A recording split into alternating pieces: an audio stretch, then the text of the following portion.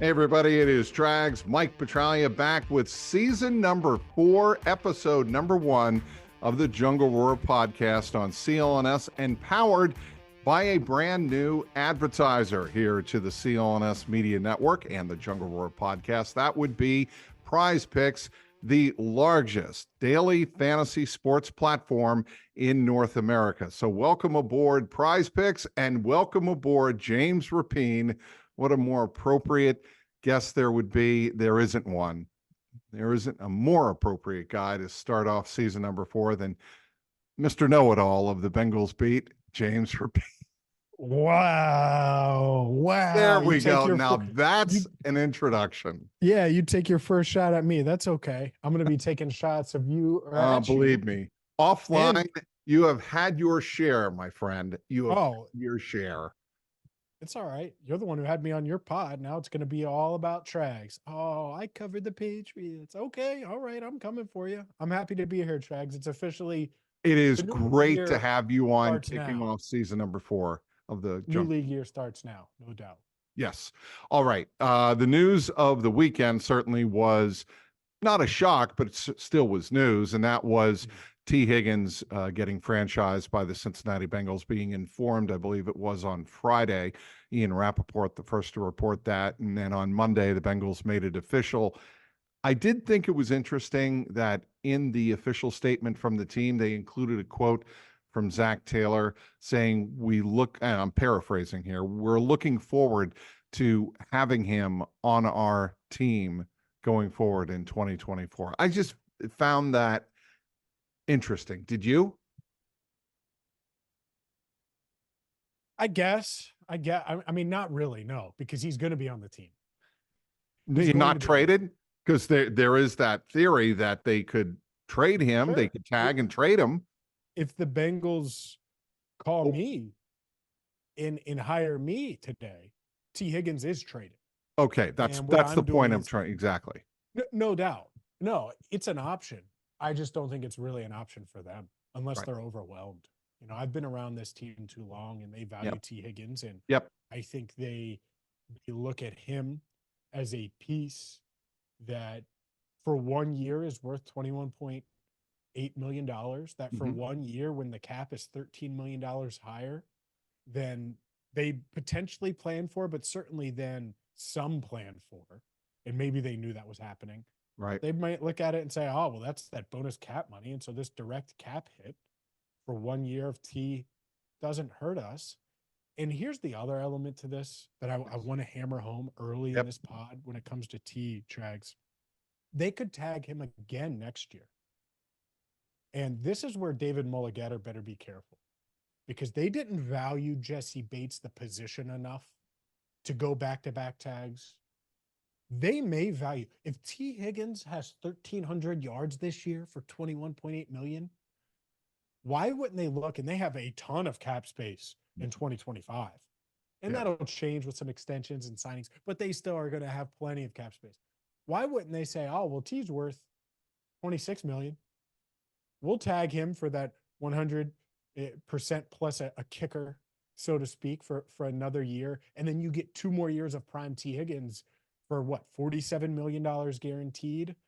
A 4-year contract, they may be asking for more cash flow than that over the next 2 years. And so if you're the Bengals, why go to that point when you don't necessarily need to, when you hold the cards and you know how much it's going to cost to tag him next year, so you can prepare for that accordingly if he does go out there and have a great season.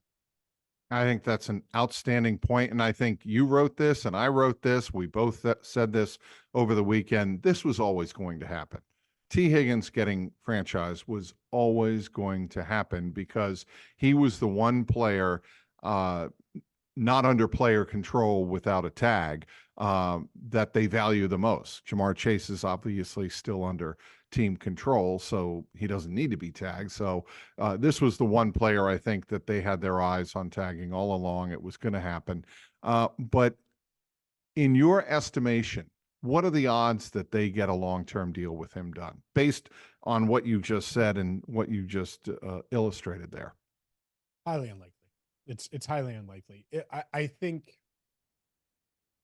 I think they want to. I don't think that they're going to view Tee Higgins as someone that they need to break their second year guaranteed money for. And so T has $21.8 million guaranteed right now. Does he want to sign an extension where it's like 30 million guaranteed or 32 million guaranteed? His agent's going to tell him no. And are the Bengals willing to guarantee him right now $50 million, $55 million over a 4-year deal? There's your stalemate. That's where it is. It's not necessarily average annual value. I think they would pay him 23 million. It's the cash. It's and not that they don't have cash. It's them wanting to guarantee. By the way, they haven't guaranteed any of their star players year 2 guaranteed money outside of Joe Burrow. That includes Trey Hendrickson. That includes DJ Reader. That includes, Chidobe Awuzie and Mike Hilton and all these guys that they've had success with signing in free agency. Sure. They will break that with Jamar, but I think that's where it ends. Joe, Jamar, and then that's it. And that's why it's unlikely that a long-term deal gets done before July 15th. And we could see Tee Higgins hold out of most of training camp. And I get it. I do think he'll be back. I do think he'll play. And I think he'll be ready to go because he doesn't really have a choice. I believe the cap space figure now is about $74 million. If you figure in the $30 million cap increase, a record bump that all 32 teams received in cap space for the new NFL season. That's a lot of dough, $30 million. How do you think that's going to impact the Bengals? Well, it impacts them a few ways. It impacts them. One, I think it just made it a no-brainer for them with T. Not that they weren't going to tag him, but it's just easier when you have more room. Because you know him, you want to invest in him, you want to keep him. And so there's probably less pause there. I think it also means that a guy like Jonah Williams is going to get paid more than the Bengals are willing. And at the same time, I do think that the Bengals are going to have the money to add what I would do. And I've been saying, I think they will add at least 2 veteran defensive tackles. Mm-hmm. I think they will add 1 starting caliber offensive tackle that can play right tackle. And if I'm them, and I'm dead serious about this, and as we record this, Michael Onwenu from the Patriots doesn't have an agent. I would try to get Michael Onwenu. He's the best offensive lineman in this year's class. I think he's better than Jonah. He gives you more flexibility, has experience at both guard spots and right tackle. I would target him. I don't think they'll necessarily do that because they want to leave the tackle spot open, that offensive tackle spot, at least to a degree, open for the draft in that 18th pick. So maybe they go after Jermaine Illuminor or a Trent Brown, who I think it's unlikely they go after Brown, but someone in that realm. But I would go after Onwenu, and I think he could get paid a lot. I also wonder, without an agent, if the Bengals could make that contract mighty interesting, throw some cash at him year 1, and who knows? Maybe your 2 stalwarts at tackle this year could be Orlando Brown Jr. and Mike Onwenu. Given what Jamar Chase said at the end of the season, given how he wants to be paid, and when I say how he wants to be paid over getting money in his first 2 seasons, and you already mentioned that they don't really do that in year 2, except for the franchise quarterback, do you think that they could use some of that cap space to extend Jamar Chase long term? No doubt. And that, honestly, that's my fear. My fear is that the Bengals go into free agency like this, but know right here that they have this Uno factor of needing certain amount of cap space that they want to put to keep their future flexibility. So use certain amount of it now on Jamar, so his cap hits aren't as bad down the line. That's what I get get the logic. I do. And they do that. They did it with Logan Wilson. They've done it with these guys where they'll throw some cash at these guys when they sign that extension to just make it easier. And I love the idea most of the time. But this year, if you're tagging T, Jamar's under team control. Like, I get not waiting because I think the receiver market's just going to continue to push forward. It's just like Right, quarterbacks. right. But don't wait for an extension. Don't save a bunch of cap space to get the extension done. This isn't a Joe Burrow extension where it's just going to be insane potentially for you. And they did a good job with that one. I think with Jamar, I want them to be pushing the limits cap wise and figure out the Jamar thing when it gets figured out, because they're not going to be able to get that done anytime soon. That'll probably go into camp if they get it done. Joe Burrow got done 72 hours before week 1 started last year. Yes. It was ridiculous. It's sometimes these things take time because they're complicated and complex, and that's great. Don't save a bunch of cap space. I don't want them to have double-digit cap space remaining at going into the draft. I'll say that. Going into the draft. I think that's too much. I think it's too much. Football season may be over, but the action on the floor is heating up.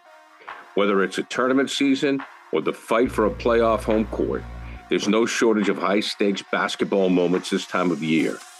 Get in on the excitement with Prize Picks, America's #1 fantasy sports app, where you can turn your hoops knowledge into serious cash. Testing my skills on Prize Picks this season is the most exciting way to play daily fantasy sports. If you have the skills, you can turn $10 into $1,000 with just a few taps. Prize Picks is really simple to play, and I can make my picks and submit my entry in less than 60 seconds. Download the app today and use code CLNS for a first deposit match up to $100. Use the code CLNS for the first deposit match up to $100.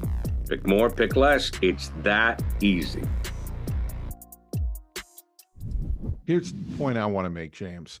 I am with you. I think the Bengals absolutely positively need to address right tackle in free agency, because the recent history has not demonstrated that the Bengals will find an effective and reliable rookie starting right tackle.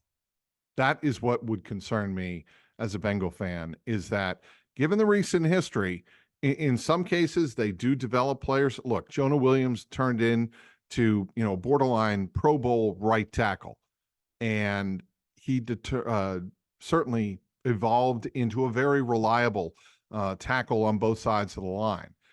But you don't usually expect that from a rookie. And I think it would be foolhardy to go into the draft saying we're going to draft our right tackle, starting right tackle, and move forward like that. And then the whole world also knows that that's what you're targeting at 18. And you know what I like in the draft, especially early? I like flexibility. Yep. I like pliability. I like to be able to stretch and move and duck and dodge. And so if Brock Bowers is there, I do the gritty on my way to the podium and I make the pick. I don't even let Roger get there. I stiff arm him on the way and I make the pick because he's the best player available. And by the way, he will be if he's there. It would be the same thing if Malik Neighbors won't fall, but if he did fall, Right. or Marvin Harrison Jr. or Roma Dunze from Washington. Like, Right. if those type of weapons fall, and that's where Brock Bowers is, by the way, he's in that class. That's why I mentioned those guys who won't be there. None of those guys will be. It needs to be flexible enough to where maybe JC Latham is on the board. He's not Brock Bowers. He's not. And that's the part that I hope that they figure out and feel confident in. And maybe it's not Brock Bowers, by the way. It's not just a weapon. What if Jackson Powers Johnson has a top 10 grade on their board and they love him because he can play guard and center, and they have a higher grade on him than they had on Frank Ragnow when they really wanted Frank Ragnow in 2018. Right. And they got sniped because everyone knew they wanted Frank Ragnow. Well, be willing to take Jackson Powers Johnson and do what you need to do at tackle to free yourself up and give you that flexibility to do so. What about this leads us into the draft combine, the NFL combine that's coming up this week in Indianapolis. You and I will both be there. What are the priorities if you're Duke Tobin and you're looking at the pool of talent? Do you already have an idea of the kind of player you're looking for? Oh, for sure. And it does start with the offensive tackle class, because I'm totally on board with drafting one at 18. In fact, outside of Brock Bowers, I hope the Bengals take an offensive tackle. I hope they find that stud offensive tackle to go along with Orlando Brown Jr. And I hope the guy they sign gets beat out by the rookie. I hope all of those things happen. But to your point, it's pretty unlikely. But no, I'm looking forward to it because I think Amarius Mims out of Georgia, if he's there at 18, I would love it as of now. I think he's going to be a top 10 pick after this weekend and after Georgia's pro day and after teams really get a look at him and realize the potential he has. I think he has the potential to be the best tackle in this class.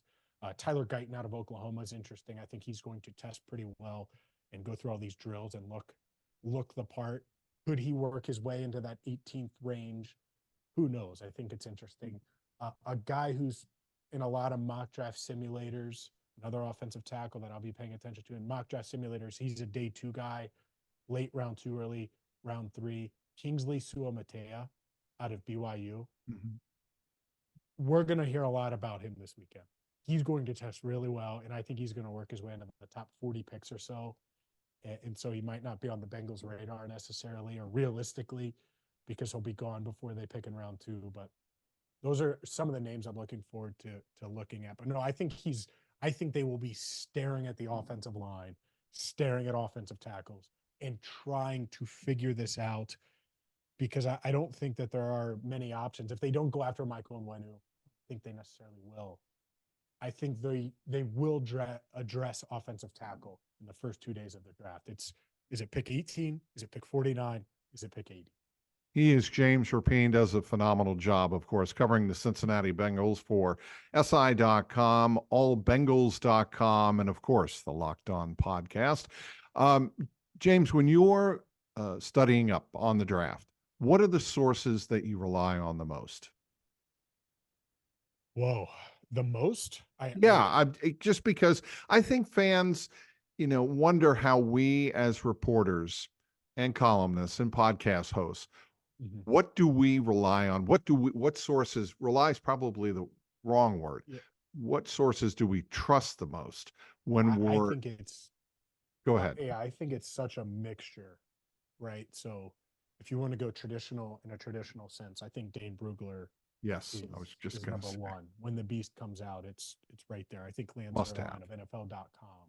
I think Daniel Jeremiah. You listen to all of those guys. One, they're plugged in at a higher level, and so how they rank things, it's interesting, especially if there's differences. And at the same time, I think now I've been looking at it long enough to where I can look at Amarius Mims and say, oh, he's going to go top 10.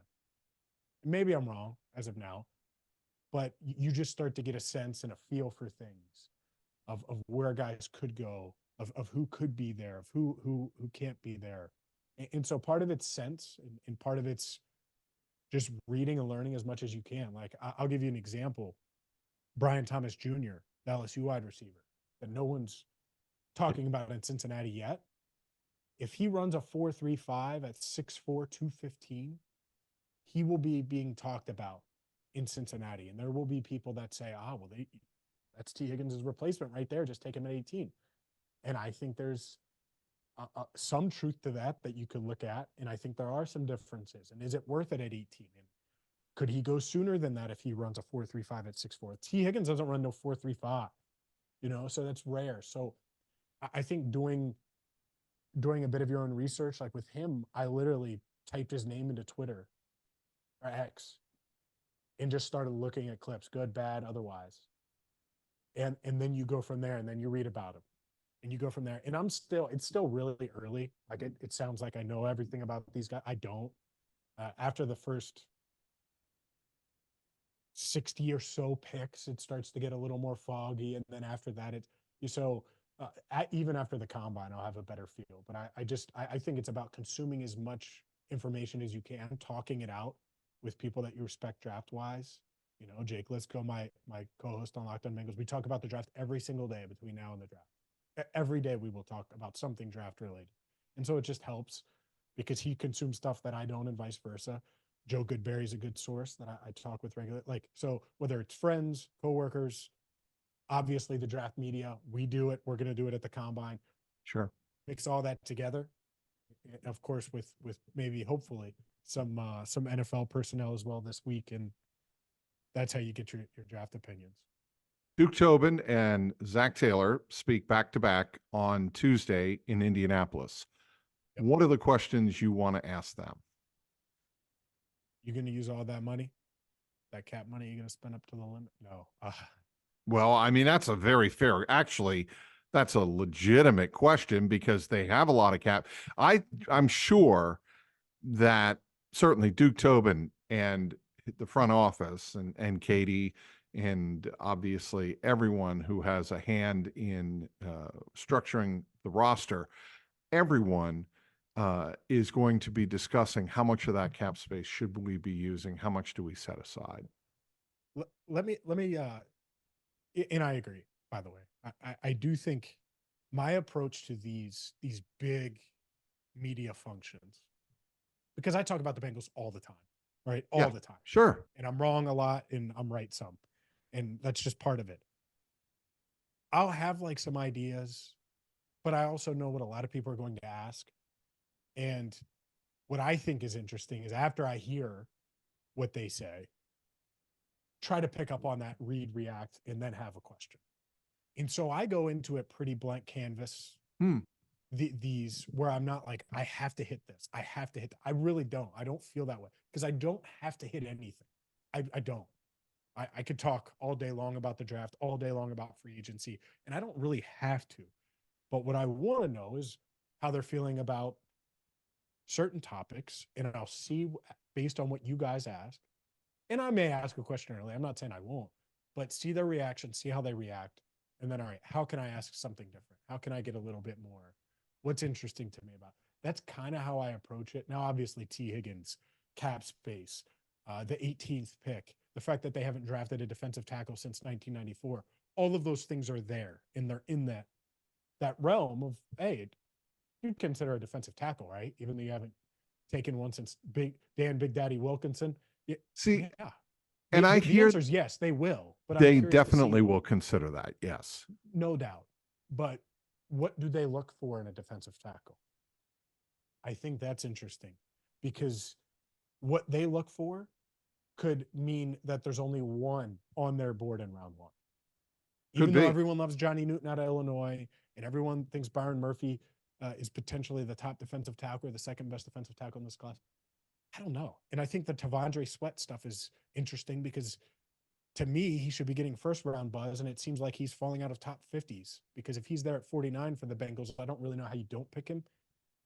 And so questions like that, and I can't come out and say it that way, but asking what they're looking for specifically at certain areas, what they prioritize at tight end, which he should just say number 19 from Georgia. But those are some types of things that I'll probably consider asking, but who knows? That may go out. I'll go out the door with new questions based on what they say. All right, we got to let you go. Want to get one final read from you, and that is because it's all about Instagram and the hot takes on social media. The picture of Jamar, Joe, Sam Hubbard, and DJ Reader together at the Suns Lakers game. Fun, cute. What were your takeaways from that? Yeah, fun, cute. Clearly, they like the warm weather in Phoenix. I know Joe had a Fanatics event the night before, and so why not watch LeBron James? Why not watch Kevin Durant and Devin Booker? And I know Joe has a really good relationship with Kevin and Devin. Both of those guys were at a Bengals game this past year, week 2. Oh, that's right. Yes. And so there's ties there through Fanatics. But yeah, I think it is cool. And by the way, hopefully the Bengals can keep DJ Reader. I think it's tough because long-term deal, guy with coming off serious injury. I don't know how it works, but I like DJ the human. I like DJ the player. And I love DJ the leader. No doubt. And so hopefully they can make it work. And I think that's a big offseason question. Will they be able to make it work with DJ Reader, given the question marks, knowing how impactful he is, knowing how valuable he is in the locker room? I lean no, by the way, but I hope something does get done that's fair for both sides. All right, he is James Rapien, does a phenomenal job covering the Cincinnati Bengals for allbengals.com, si.com, and be sure to tune in to the Locked On Bengals podcast, the only daily podcast dedicated to the Cincinnati Bengals.